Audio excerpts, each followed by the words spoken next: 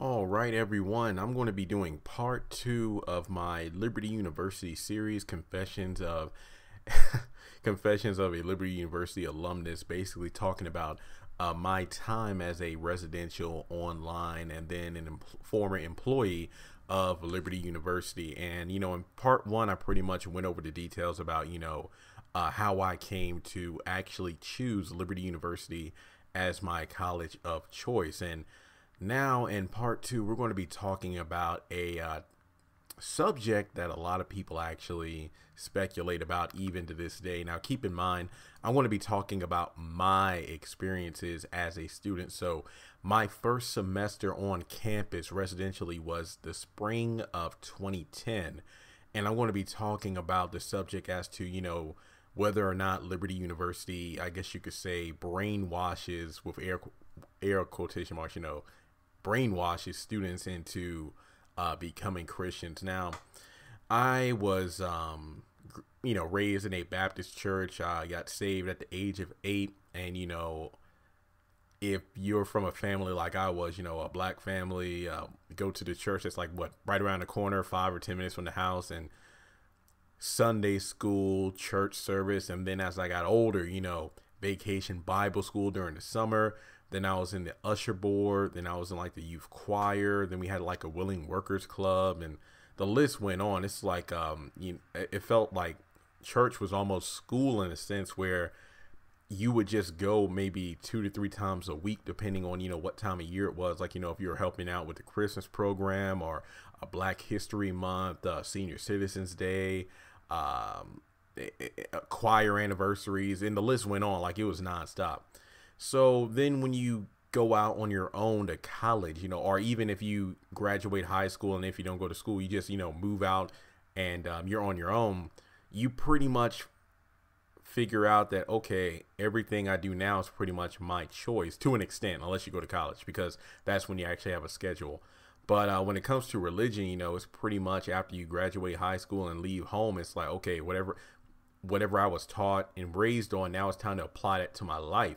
And that might actually lead to another video I'll do on the channel about, do you have to go to church to be a good Christian? I think that's an interesting topic of discussion to have in another time. But when I went to Liberty, I got in the swing of things. My attitude was, okay, I graduated high school at 17. I had like 42 credit hours under my belt. So I was like at a junior or sophomore status. I forgot the exact terminology at the time, but I do know I finished up high school like 42 credits, but then I did about 12 or 14 credit hours in the fall of 2009 as a Liberty Online student. So by the time I got to campus, I know my first semester, I don't think I took 18 credits, but I took like 16 or 17. But by the time I finished up my first semester, I was a senior by credit at age 18. I do remember that much. So my attitude was, okay, I'm only going to be in college maybe a couple of years, give or take. So I don't really see a point of forming connections, making friends and all that stuff, because I didn't want to make friends only to say goodbye before you know it, because that was one tough lesson about college. Like during my first couple semesters, like you meet people, some people find their soulmate, their spouse or whatever the case may be. In other cases, you make friends for life. And that's a funny thing too, because after high school, like when I was in high school, I didn't have social media. I didn't have MySpace, Facebook, or anything. I didn't get Facebook until like, when did I graduate? May. I think it was maybe June or July when I got Facebook and added a bunch of high school friends. That was in 2009. It's almost 10 years later. It's, April 2018. I can count on my fingers, not even my toes, just my fingers, the amount of high school friends I have on my Facebook. Mostly everybody else is from an old job and college, because college teaches you that the connections or friendships you have, most of them usually are ones for life, especially people you either, lived in dorms or apartments with, or even on the same hallway, or had similar majors. So you went to, a lot of classes together, because those people seen you at your best, seen you at your worst, and, you just make those friends for life. But moving on to the religion aspect of it, I feel in some ways I felt religiously challenged, because remember now, I grew up in a Baptist church, Christian household and whatnot.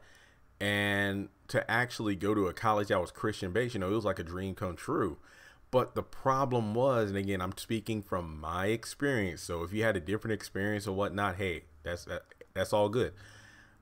I was a bit churched out because of the fact that there was just so much to do on that campus. And when I say so much to do, I'm talking convocation 3 times a week. I'm talking every Tuesday night was like hall meeting and prayer group. And, even going to classes, I think my first semester, I was a computer science major. So computer science, obviously ain't the opposite of religion. But the thing about Liberty University is the classes had, like Christian worldview. So even if you are a business major, a math major, English major, studying law, there was going to be some kind of Christian applications or principles integrated into the classes, which wasn't a bad thing, to be honest. But I remember one weekend I came home and my mom was like, "Are you going to church till Sunday morning?" Like, "No, I'm not going." She's like, "Why you ain't going?" It's like, "Ma, it's like I've been to church like 5 times this week," because it really made me feel churched out. And then even going to the end of the semester, I will say this was disappointed. I was disappointed in myself at the end of the first semester because I went to campus church. Now, this was in 2010.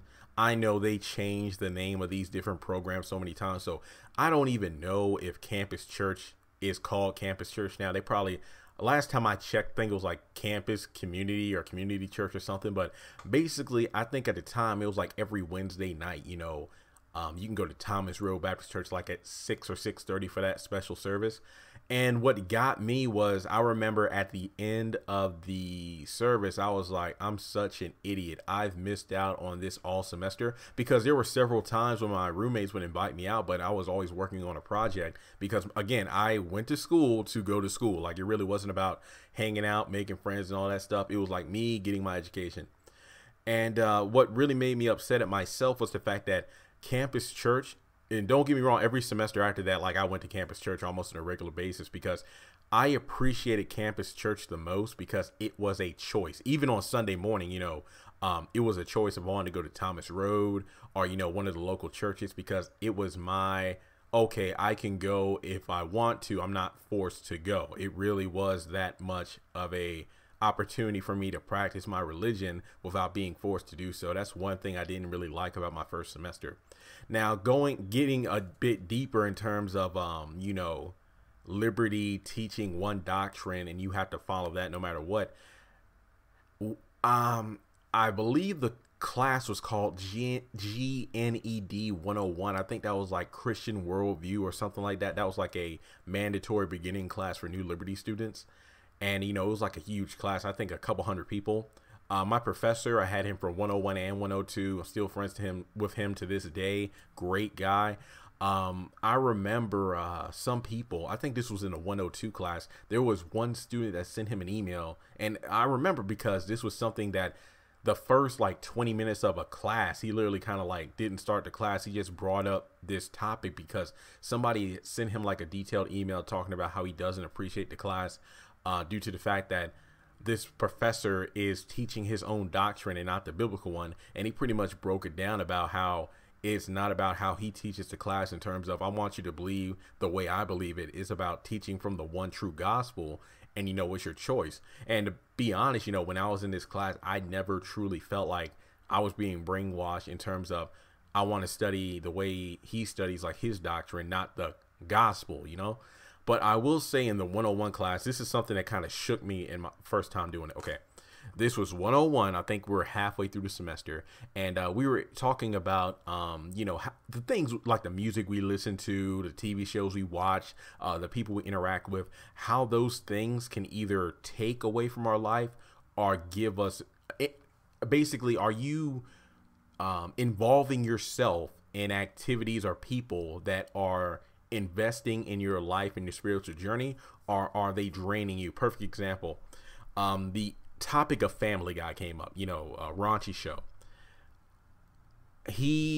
I'll never forget, he asked the class, raise your hand if you watch Family Guy. And I remember raising my hand, and I'd say about maybe around a third to about half of the class raised their hand. And I'll never forget, I felt like he was looking in my general direction. And then he asked the question, so why do you watch that? What does that do for your life?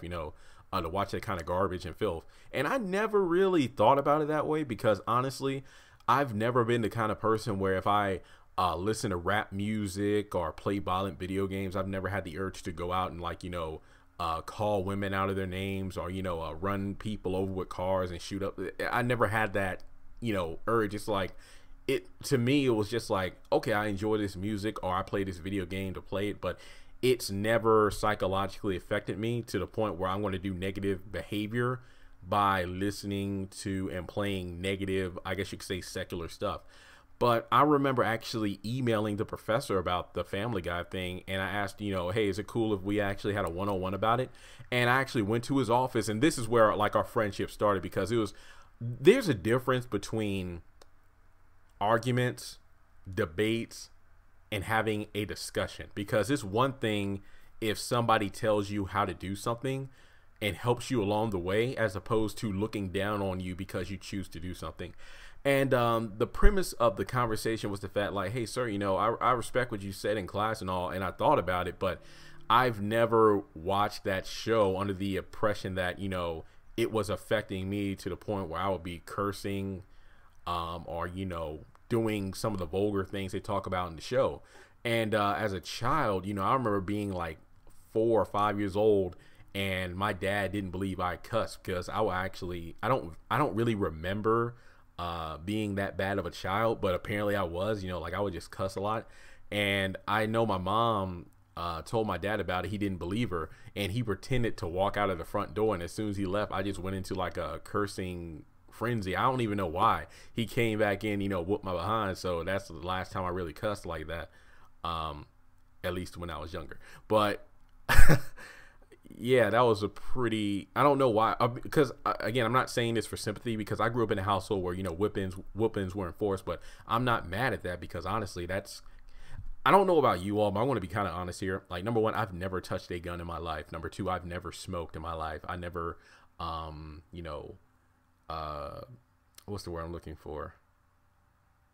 Done anything majorly like criminal or illegal, due to the fact that, I was raised to like respect the law and, not steal and stuff like that, because, if you do something like that, it was punishment. So I feel like it was imprinted in me, because those moments when I was younger, it taught me not to do those things, because I'd rather have a whooping when I was younger as opposed to being arrested or locked up now because I wasn't taught not to do something. So that's how I was in that situation. So I explained that, even though I watched Family Guy, I didn't really live out the vulgar things that they had on the show. If anything, it was good for a laugh, because I think after that experience of cursing as a young kid, I went to public school. And, obviously not everyone there has home training, because there are kids that are like cussing out teachers, getting yellow slips all the time. And I don't know why, but as a kid, I thought it was hilarious when people would cuss. Like, I live in a black household, so I wasn't unfamiliar with movies like Friday or, the Kings of Comedy, Def Comedy Jam, the HBO comedy specials, where profanity and black comics was like hand in hand, but it was hilarious. Like, I don't know why, but whenever people curse, I just would just bust out laughing. Maybe it's because I didn't do it and I just found it funny when other people did, but that's how it was. And at the end of the day, me and the professor, again, we left on good terms, and after that, we became very good friends. I mean, it really came down to the fact, like, he understood my point of view, and he's like, yeah, man, you seem like a good guy, despite, the fact that you look at that stuff. And I don't know why, but after that class, I did feel sort of brainwashed, because that's why I stopped watching Family Guy. Like, the older episodes I would still watch. I feel like Family Guy to me was like SpongeBob, because SpongeBob, that show came out in 98, 99. It's like I watched from the beginning to about 2006, and then I just cut off the show, because for me, it just got really played out. They were kind of going too far with the jokes and whatnot. It was just not my thing. So, like, I actually, FYE in the mall in Lynchburg, I actually got the first 4 seasons for like $6 each. And that pretty much covers the span of the show from when it started to when I cut off watching it, because I kind of lost interest. With Family Guy, ironically enough, when the show began to maybe 2010, 2012, that's where it kind of cut it off there, because after that, it really didn't do it for me like it used to. So looking back, I remember watching a rerun maybe 2 semesters after I had the 101 course and had this discussion about Family Guy. I saw a rerun, and I forgot the premise of it. I think it was like, like the rapture had happened, and it was Dr. Jerry Falwell Sr., and I forgot the other person. I think it was Dick Cheney or something like that. And it's like, I hate you, and there's nothing around for us to hate. And it's like, I hate that rock, and I hate you, and I hate you, and they start making out. And I thought to myself, is the real reason that professor was the real reason he mentioned Family Guy in his like secular discussion, was it because of the fact that Family Guy is indeed a vulgar show and it really isn't adding positive enforcement to a person's life? Or did he only bring it up due to the fact that the show took a jab at Liberty University's founder?